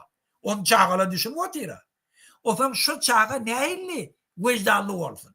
Ya vicdanını öğürlüp de kakasını öldürmeli, ya da oğlum şöyle yanak olmalı, eden işini etkiye, narkoman oluyor, kuntu oluyor, bağışlı, emmedat etkiye. Şol için bu karanlarla ne tolka bizim yurdumuzun baylığını yok ettiler. Bizim halkımızın desturunu el getirdiler. Bizim dinimizi elimizden alıp başladılar. Bizim halkımızı binamız bir vicdan dininden daşlaştırdılar. İmanından daşlaştırdılar. Şol için bulan eden cinayeti Türkmenlerin karşısında bana ondan bula gidenden ondan ulu gurdumla bolur. Şol için bu haramzada diýermiz şol için bulardan diýmaly biz. Öýden bir jada qahar gadaply köçe çykmaly bolly. Doğru diýär. Aha şu köçe çykanlar razeşeni ýalanak. Bir tovarla bize razeşeni gerek eýle beýle. Gokuny ýa haramzadalar. Sen hakyň pulun berme, nerede razeşeni gerek? Barmaly almaly. Gollugy razeşeni bersin. Ona aýtsa kim bermeli? Konstitusiyada ýok. Şuradan berjek mi sen? Men sen pulu razı derdo bar, sög otur. Şol için bu haramzadalardan ne razeşeni gerek? Razeşeni konstitusiya. Razeşeni dünya kanunçuluğu. Razeşeni men şu yurdun eýesi. Razeşeni şu men hakymam konstitusiya boýunça öz hakym talep etmäni. Baryanam soraýar. Nire? Parlament. Dvares mi dvares? Türk pasolswaty mı Türk pasolswaty? Bolly. Doğru. Ne men Dine hükümetin agentleri bir tufar haramzadılı ayrazı şeyine gerek otak barmak olanak da bokunu yiyen. doğru. Yine men nemeleri ýülenjek bolýanlar. Vice-premierler, ministrler, ornmasarlar şonuň maşgalalaryna çağıranyny ýülenjek bolýar. Sizin hakylaryňyz $500 goly aýlyk alýar. Galan hemme zady ogurlyk. Olar ogry. Hakykatdan korrupsioner, ogry Türkmenistan talap edýän adamlar we Gurbanyň Serdar Berdimuhammedowyň elini gözläp, ýygyny gözläp, şonu ogşajak bolup, şonu arzu edip beren adamlar. Siz olardan olar siz gonmaly, siz utanmaly. Şo maşgalada dogulup, şo maşgalada ýaşaýanyňyza utanmaly. Egerde hakyky wyjdanyňyz bar bolsa, hakyky bir adam sypatyňyz, adam tertibiňiz içiňizde bar bolsa, ahlak taýdan siz bir normalny bar bolsaňyz, siz aýtmaly, ejeňiz kakanňyz aýtmaly. Biheppeçiliňizi goýun, kezapçylygyňyzy goýun. Men erti durmuşa çykmaly, men maşgala urmaly, ýa men öýlenmeli. Yüzüme basarlar. Yüzüme basarlar. Şoň üçin şol adamlar korrupsioner. Şol hökümet saklap dururlar. Ilaytada MHM başlygy, onuň ornmasarlary, polis başlygy, onuň ornmasarlary hemmeler ogurlar. Şonuň çağlar düşünmeli. Sizin kakalaňyz ogurlar. Ofitsialny ogurlar. Suwtnamy gerekmi? Şonuň aýlyklary $500 ýeten. Hasaplap gören bir aýda sowuyan pullaryny. Burada oğurluk etme üçün emyene. Birinin eline okşayanla. Karamzadaçılık etýärli. Gözde Dastoyny ogurla, Mert ogurla o başka. Şimdi onlar yana ogurla. Moral taýdan o çimo bolýar, çylyk moralny atstaly. Moral taýdan gaçan çimo olar. Başgaça aýdyp bolany onu. Tebe bir normal adam diýilek adam o elini tarapdan beze düşen adam. Çylyk moralny atstaly çimo diýilýär-de. Gurbany Berdimuhammed kim? Hakyky çimo. Çylyk moralny atstaly. Näme? Şu ýaşynda bir gepçilik edip, ýa gyýlar zorlap getipýär. Gyýlyk nimetini gaýlap getipýär. Öz halkyny daýla milli lider bolup daýla. Şu wagtda da ýa-ni öňe çykyp men milli lider, ýa gow geýnip, zat edip, goşguju gaýdan bolýar, bir akyl zatlar aýdan bolýar, halka bir maslahat beren bolýar. Sen özüňden başlaýda, kyn görmede özüň oňaraýda. Birinji. Bir gepçiň durdaýda, sen ogun ýa o gerek gelenjämizde maskara etdiň, köçe çykmady ýaly etdiň. Her vilayatda sen diýetki sadyň bar o. Aýallaryň bilen. Utunuň okmy? Sen kimin lideri? Şu çağırjyklaryň görgüli ýa-ni bir kanun ýadyda dogulan ýa-da öz maşgalaň milli lideri ýa özüň milli lideri, öz oğluň ama milli liderde haklaryny bozbaýan görýän. Gazakstana, Kırgızstana, Özbekistana bol kontraktlar çekip ýörmi? Ýa halk, ýa döwletiň adyny gurulýap ýörmi? Öz oğlunyň adyny ruhsat alman. Sen öz oğluň hasap eden goňa, halk hasap eder ýaly, aýalyň hasap eder ýaly, ýa-da maşgalaň hasap eder ýaly. Tirek burup aýlyp näme diýäňi bilmän getýärsiň, özüňi milli lider diýip. Maskara bar. Ine şeýle ýagdaýlar. Indiki video seyrederiň Muhammed ağa. Şol videoda häzir Türkmenistanda ýene bir trend gidip dur. Mualimler inni işejek gelýär, ýada-dyk diýe halis. Alýan pulumuza ýaşa bilemdi, çağlarymyzy ekleýe bilemdi. Onun açyk aýlyklar galdyryp, ýa-ni gazet, jurnallara, ýa-ni Gurbanyň fonduny pul tutýarlar. Mektebe oňurmaly, hemme dada ýöne çykarmaly, ýa-ni barlygy gelse öz aýlymyzdan çykarmaly. Bize halis ýadadyk diýerler. Ine bir video görkezýin. Mualimlaryň ýagdaýyna bir seýrediň bir. Hormatly watandaşlar, mualim bir size bilim berýän adam, sizi durmuşda ýol görkezýän adam, siziň durmuşuňyzda reperler goýan adam, ýa-ni şul gowy, şul erwet, şul ak, bugary diýen adamlar size akyl berip, ýa-ni okumany, tanamany, dünýäň gözelligini, dünýäň päkilledigini, hemme zatları pekdigini öwrediýän adamlar ine näýe ýagdaýlarda ýaşap işläp ýörür. Ünsürpserim şu ýa.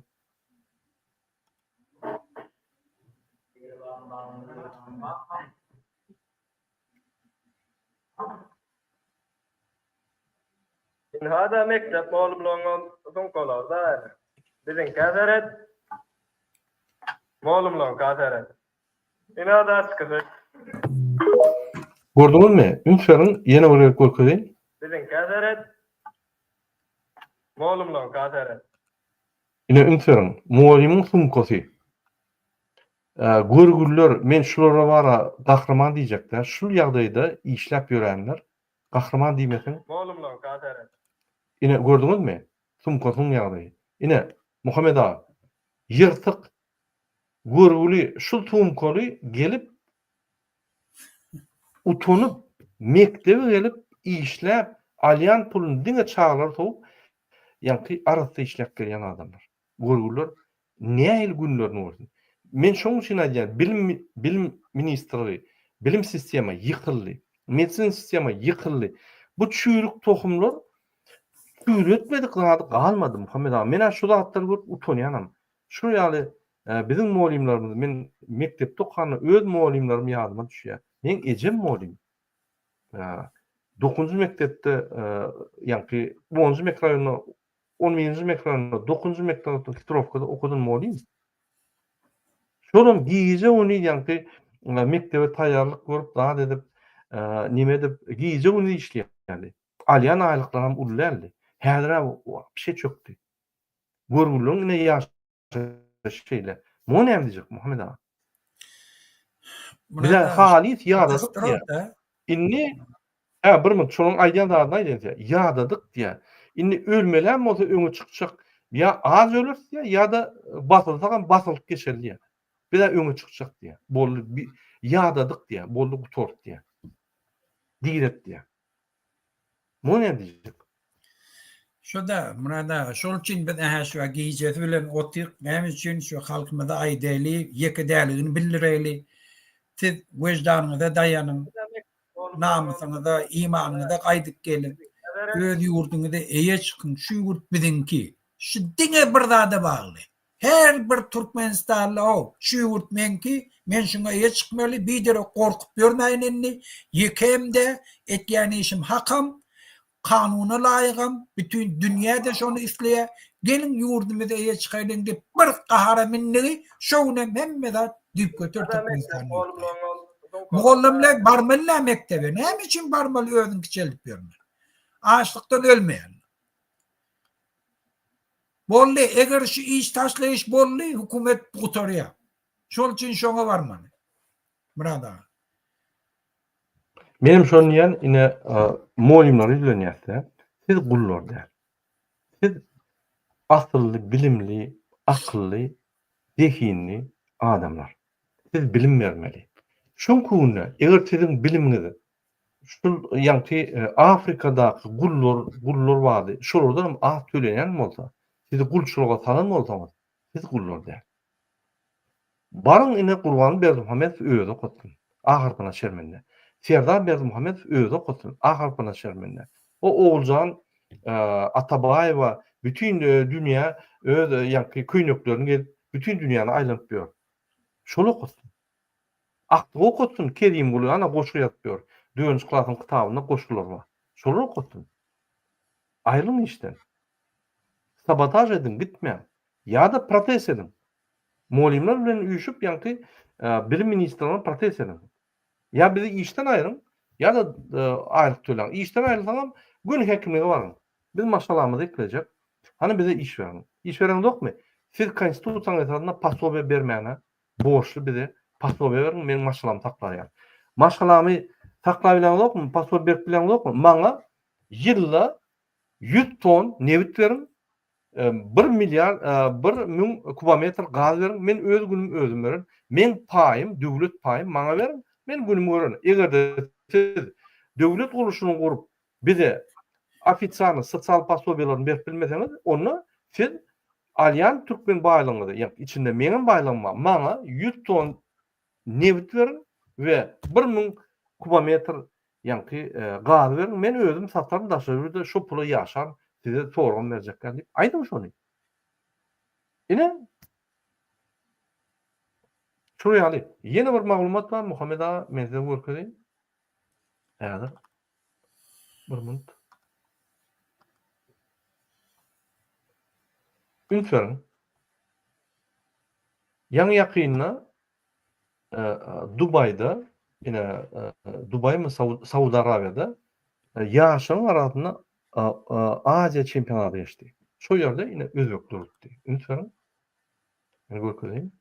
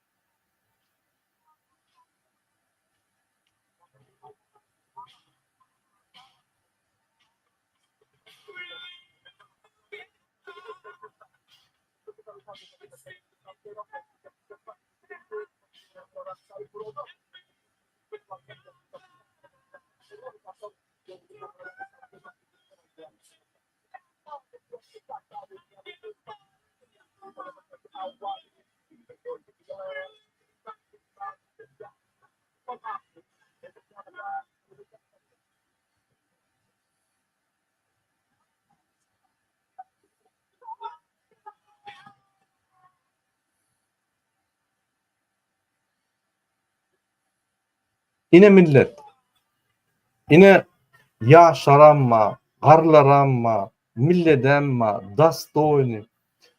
Ine Saudi Arabiýada Aziýa çempionaty utandy.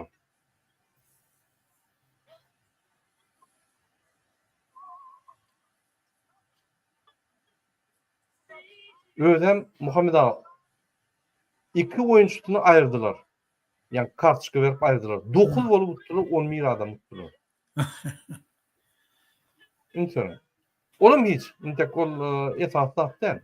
Uttular. Yönü şöyle bir böküp arkada şöhret ettiğin yani. Ya şöyle gıyırıp men vatan için arkada için uttum deyip aydı yani. Bu millet. Bu diri millet. Живой. Utya, begenya, paylaşya, birbirini gollaya bir millet. Hani bizde var mı?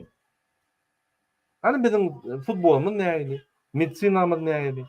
Bizim molimlarımız neydi? Bilimimiz neydi? Yine inneki videolar var koyayım. Milyarlarca pul verýärler, stadion urýarlar. Göne futbolça hiç tat beren aklı. Futbol oynayacak adama hiç tat beren aklı.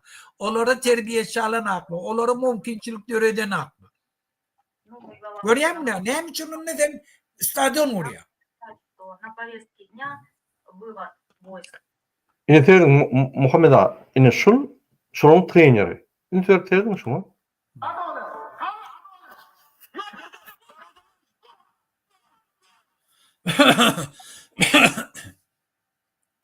Ya başta terdim. Şul öň trenerdi. Öz hakyny gorap, adalatly isläp, çykyş edip, tögüp, hökümete neme edip ýüren adamdy şul. Şol sebäpli adalatly gözlen sebäpli adalatly komanda edip oýunçylaryna motivasiýa berip adalatlyny görkezip Milli duýguly hawa ine motivasiýa berip ine şu ýaly komanda döretdi.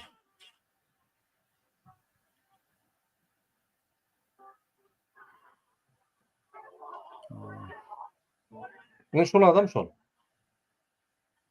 Gorkman çykyş edip, hökümete tögüp, çykyş edip, aýdyp, neme edip, ine şu ýaly adalat gözläp, adalaty goýup, adalat bilen öňe sürüp, motivasiýa berip, ine gazanan zady. Şul adamyň gazanan zady şol.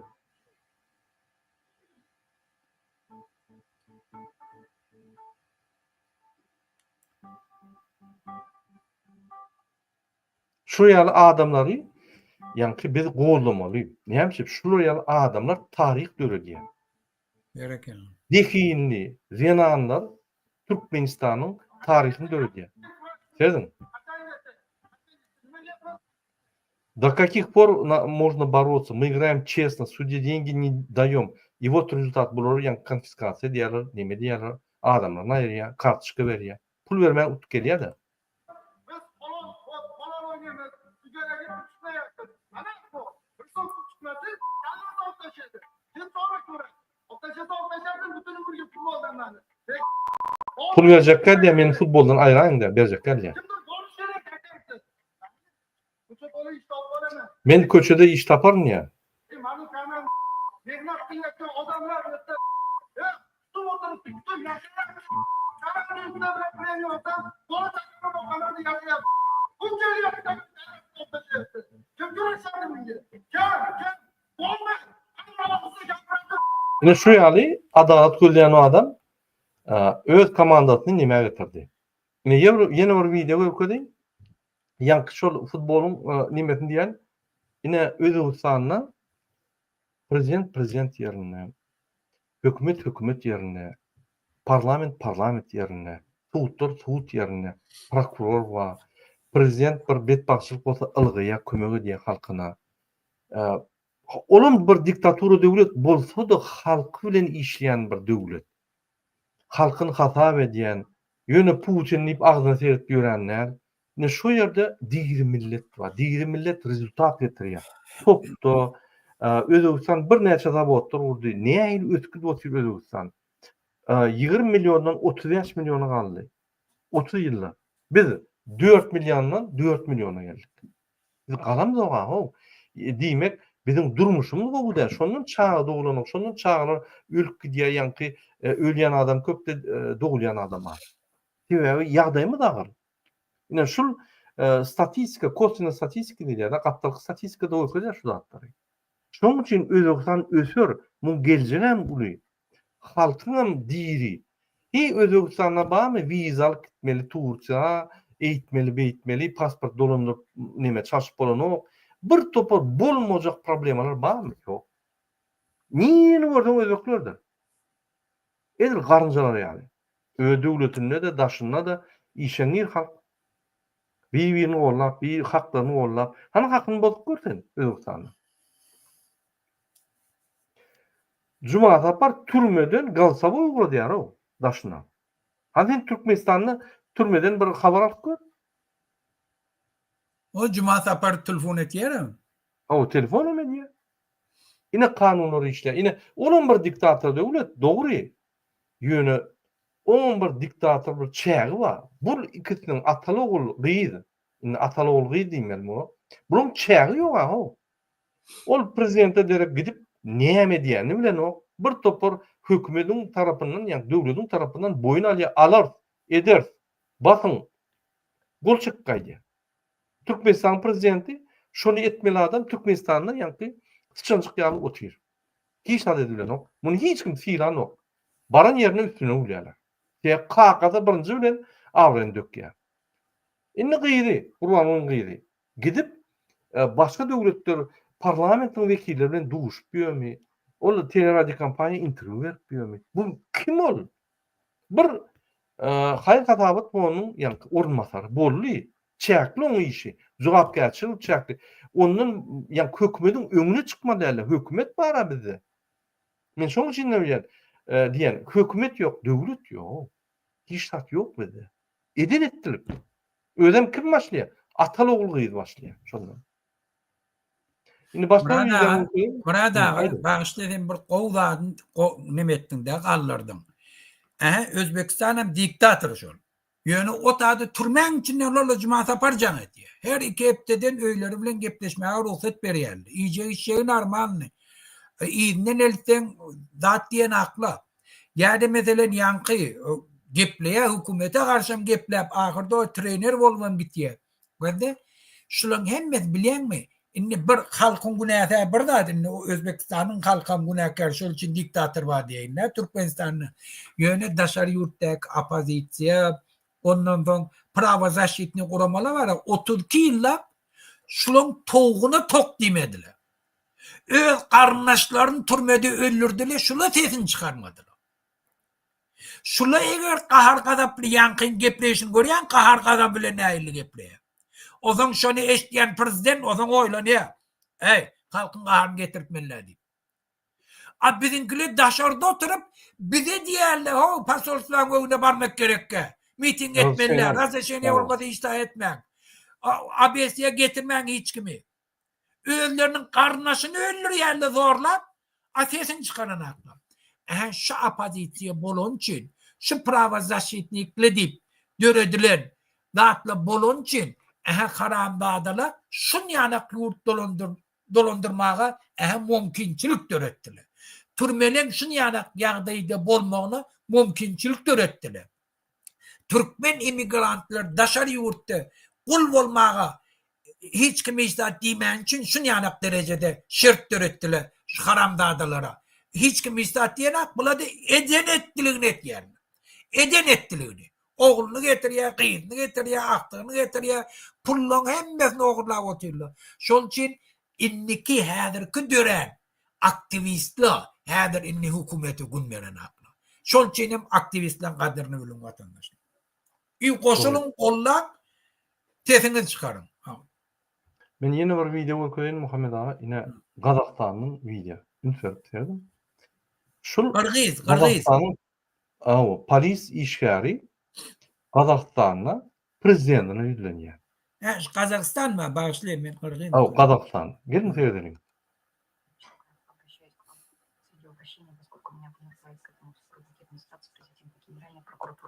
И Комитета правовой статистики и специального учета Генеральной прокуратуры РК, а также Департамент комитета по Жамбылской области. Я Кужабекова Лея являюсь действующим сотрудником Департамента комитета по Жамбылской области. В данном комитете удаление сведений с базы данных ЕРДР стало обыденным явлением, и в результате виновные лица не несут никакой ответственности или несут только для галочки. Невиновные, как я, становятся жертвами управнейшей системы правоохранительных органов. Так, в 2013 году я находилась в трудовом отпуске, а в это время непорядочные сотрудники департамента совершили в базе данных удаление сведений привлеченных лиц к уголовной ответственности, и чтобы не выходила судимость. После выхода с отпуска сотрудник комитета Раимжан Серик составил заключение служебной проверки, что виновата в этом я, и меня сняли с должности начальника отдела. Хотя я обращалась в суд с иском в первую и вторую инстанцию. Сарашкинский районный суд города Астаны я выиграла, но так как я обжаловала приказ... Şunu gepim tümmek geri, şu ayal maşalan haklar bolýar. Öýde organlarda işleýär. Hem ýerler hiç kim jogap bermeýär, günden güni prezident ýürlenýär. Siz bir gördüňiz Muhammed ağa bir pravahrançylyk organ, ýani adam hak hukuklaryny gorayan organlardan biri şu ýaly ýürlenip gördü. Eşit gördüňizmi? Bolmasa olaryň haklary günne bozulýar. Olardan ziyatka talep edýärler ýokary. Diňe ine Balkan welaýatynyň polis bölümiň başlygy 1 milliard manat ayda el täýmeli. Ugalny rozsyk departamentiň başlygyna ýani DPS, PPS hemmeler stavka berýär. Şunu getirin, men 1 milliard eltmeli. Diňe 1 milliard Hydyrova Türkmenistanyň polis ministrine eltmeli bolsa, onu öýde almaly. On ýanky işgärler almaly. Şol 2 milliarda goýup ýygnaýar. Diňe 1 milliardyny akydýar. Diýmek bir talaman sistemasy. Bu talap ýolar adamlary. İçinde bir wyjdanly, bir pek yürekli, bir paýhaply adam ýokmy? Şuraya çykyp prezident ýürlenýär. O biz jatka berip ýaradyk, sen urmasaňa. Ýani Hydyrova. Bir zat edin biz talaman bolýar, bizni konstitusiýa boýunça adam hak hukuk gorayan guruma däl, biz talamanlar. Biz genosid edip halky öldürýän guruma bolýar diýip aýdyp bolanokmy şuraya? Eşit gördüňmi şonu Muhammed ağa? Bolmasa Gazakstanda korrupsiýa Türkmenistanyň ýerler 135-nji ýerde, Türkmenistan 160-nji ýerde, 170 döwledim. Näçe bizde şuraya videolar ýok? Näme hemme programny olgan kezzap ýa hemme gorkokmy? Ýa hemmesi ýanky dilleri ýokmy ýa lalmy? Näçe Gazakstanda bana Türkmenistanda ýok? Dörer. Men aýdyn. Şuun Aşgabatdaky bolan waka bara, hemme kişini oýundurar, hemme kişini. Inni hukumetin içindäkiler muhtyny türmäge gitmer.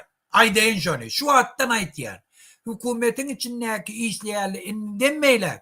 Berdi Muhammed bar türmäge gitdiğini algap türmäň için özleri girmerler. Ögünne durarlar. Häzir şonu yana adamdan tani.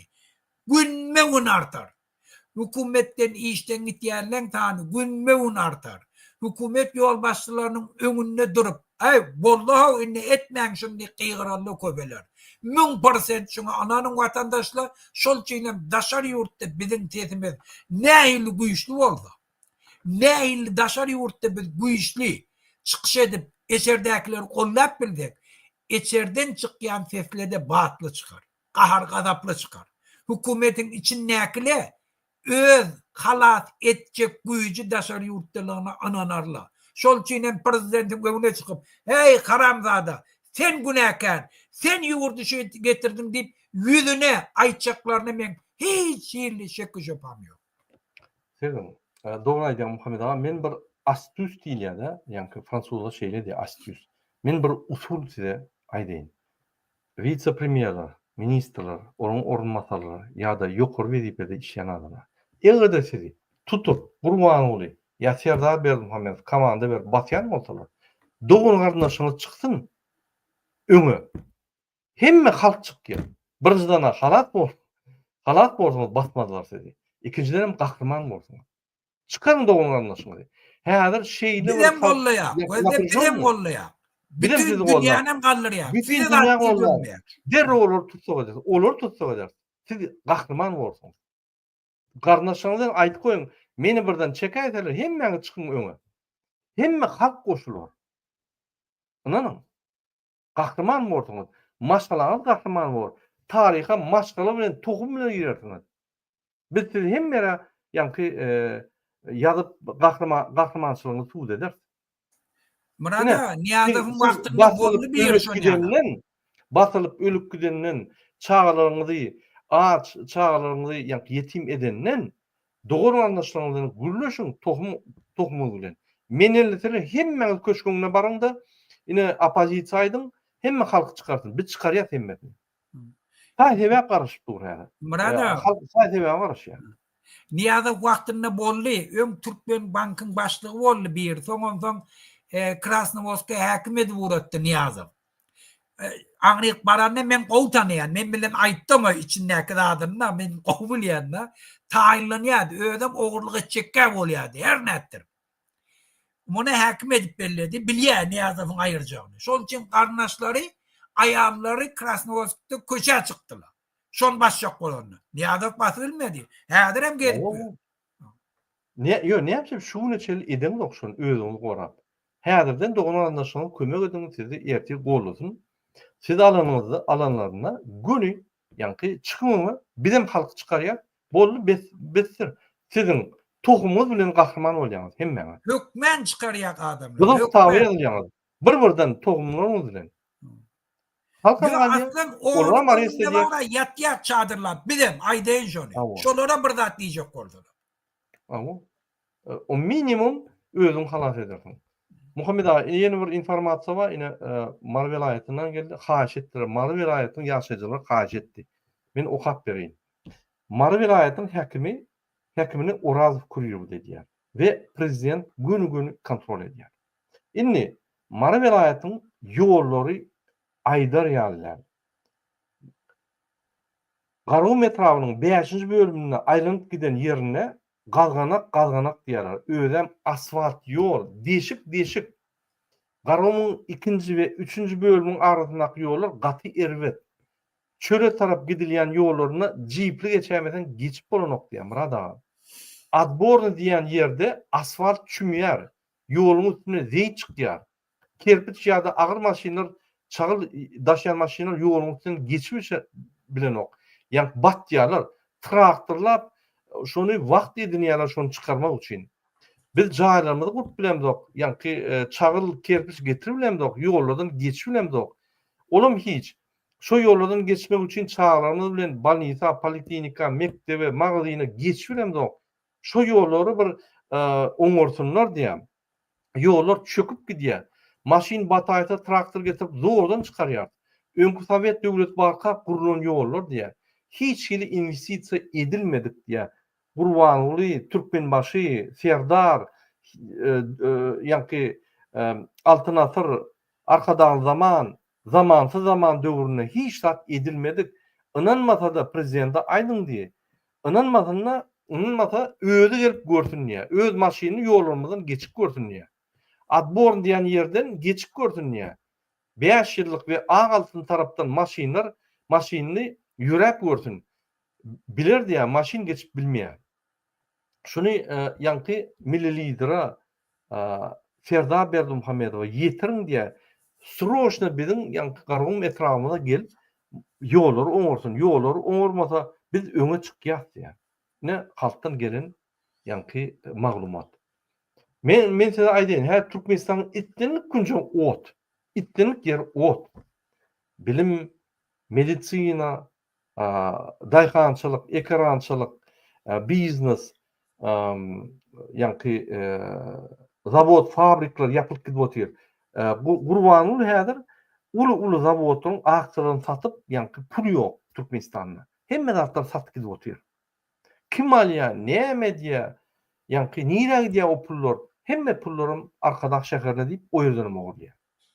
Bu faknany yapıp gitjek bolýar faknadan. Yani zanaveskan yapıp. Pat zanaves ogurlak galaynyp edişi. Şoň üçin hormatly watandaşlar şular gaçyp gidýär. Biz çal şular tutup, şular gaçyp gitmeýärkä şular tutup ýetişmeli. Watany halat etmeli. Ola bir. İkinci, häzir Türkmenistanda pul ýok, keypine giden o Kazakstana. Şo ýerde haýyş etdi, buğday beriň diýip. Buğday beren oklar. Pulunu almadan öňkü bergilerini bermeden berem dok diýdiler. Inni vilayetlere aňyrda dursun Aşgabat ekläp bilsem şükür etjek diýär. Aşgabat galyp meni aýraýmada, vilayetler galmady diýär, meni aýyrma diýär. Ine vilayetlere nähit bul tere diýär. Şoň üçin nan gytçylygy bar, çörek gytçylygy bar. Buğday, täze buğday gelmese, şoňa çel gytçylyk bar. Täze buğdaýyň intek wagt bar. Orawa. Buğdaýym 1,5 milyon yığnadyk diýdi. Plan 100% doldy diýdi. Terdara milli aldan ýany, alýanlaryny olum alýar, gurbanlar milli 300 000 ton yığnaldy. Ýagny 5 etse az yığnaldy. Şondan buğday ýok. Şondan şu daşyurtdan gelmede Türkmenistan öýünü ekläp bilen. Bolmasa bize 700 000 ton gerek ýylna. 1,5 milyon tony biz gurbanyň karary we 600 000 tony eksport edin diýip. Eksporta anada dursun özümüz ekläp bilen. Şol ýagdaýlar agyr. Şoň üçin Türkmenistanda trigger diýilýär, ýanky ingilis dilinde spuskový krючок diýilýär. Şo spuskový krючок uly bir hadysan öňünde itlenlik zat bolupdylar. Ferda we Gurbanulyň gaçmaly wagty geldi. Ine şol anyk. Türkmenistan ul çalışmalyň öňünde. Şuňky protesti, ýa 15 aprellik protest ilçhana onu eýem daşy çykdylar. Ultimatum berýärler eýem Ferda Berdimuhammedowa. Rossiýada, Belarusiýada adamlar öz haklaryny gorýar. Şolar barar Türkmenistana. Ülkeler näme haklar gormady.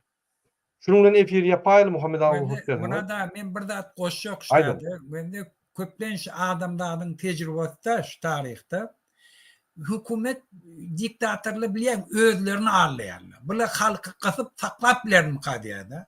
O halkı hiç vaqt saklap bolmaýar.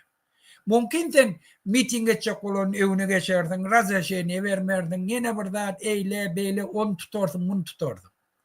Yöne halkın aylığını vermesen, günlüğünü vermesen, kaharını getirsen, tembolya inni oğlanışı başladılar, inni sen ekarançılığını yakıp başlarlar.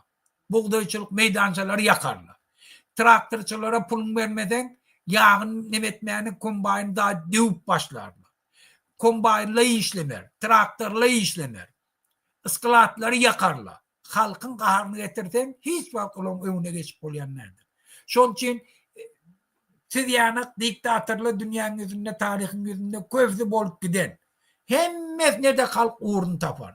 Şol için Berdimuhammed dahi halkın kaharını getirmeyeni kaçıp gideni kovuşu var. En kovuşu. Ne hadir, şu orokta ökte görse nedir? Köp yerler yakıp başlarlar. Şol için hem yığına geçiriyarlar. Odun övün almak için. Pemme her tayırlık görüyor. O tayırlıkla iş. Sen işlemeler şu tada adam. Şun aylığını vermesen, şunu kösesen, polisiýalar kösäp elinden pulunu alsalar, daýhanyň hasylyny özüne bermesen, o da maňa bolmasa saňa da bolmasyn näde etjek işini.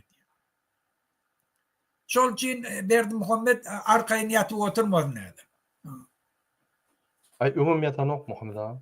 Inne ýatmalam Ha? der. Öňüm ýatanok inne ýatmalam der. Tamam. Bol ya. Bor. Ondan näme Muhammed ağa şuň bilen jemläýäli. Bol ya. Gezin tümökleri hormatly illeşler biziň aýtjaklarymyz Türkmenistan uluşaşmanyň öňünde. Ministrler, vice-premierler, prokuratura, MHM hemmet düşündi. Halk düşündi. Häzir hemmerde halk haklaryny gorap başlady. Hemmerde de halk ölsem öleýin, basylsam basylyp geçeýine öňüm ölküde oturýan garyplykdan ýadadyk diýär. Ya az ölmeli, ya da hakyny gorap ölmeli. Başgalaçy ýok. Türkmenistanyň şuň kurulan sistematyna ya da hakyny goramaly, ya da az ölmeli. İki ýol bar, başga ýol ýok. Gynam tak. Şuň bilen biz efirimizi tutýar, hormatly watandaşlar, siziň hemmeňize birinji bilen jan sağlyk arzu edýär we täze Türkmenistan, täze döwlet bizi garaşyp dur. Biziň hereketlerimize garaşyp dur. Biz şonu gurmaly. Şonu gurmasak, şonu biz ýaşamasak, şunuň döwletin konstitusiýasy bilen biz ýaşap bilemez. Bizim haklarymyz ýok. Şoň üçin da здравствует Третья Республика diýär. 3-nji Türkmenistan Respublikasy. Ýetip bolsa gururs we gülýan ýaşar. Şoň üçin durmak ýok, diňe hereket bolmaly, her kim haklaryny goramaly, näliklerini bildirmeli. Başgalaçy ýok. Hoş sag bolun ondan. Bol ya, hoş sag bol Murad ağa. Sag bol Muhammed ağa, indi kepleşik